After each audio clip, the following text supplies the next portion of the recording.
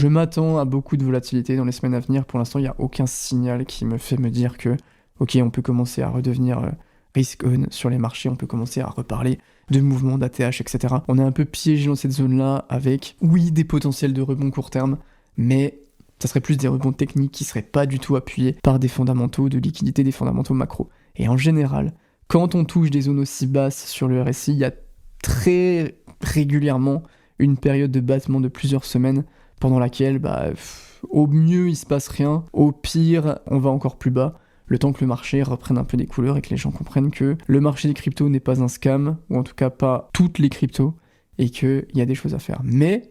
c'est dans ces moments-là, si vous étiez parmi ces gens qui disaient « Putain, j'aurais aimé être quand on était à 3 000 $ sur Bitcoin ou quand on était à 15 000 $ sur le bottom », c'est dans ces moments-là que les opportunités se forment. Ça veut pas dire qu'il faut mettre tout son cash à 67 000 et se dire que si on va un petit peu plus bas,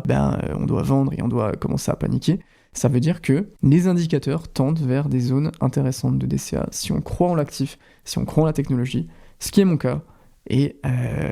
par contre, ça demande quand même aussi beaucoup de patience parce qu'il n'y a pas de signaux positifs à court terme sur le marché crypto.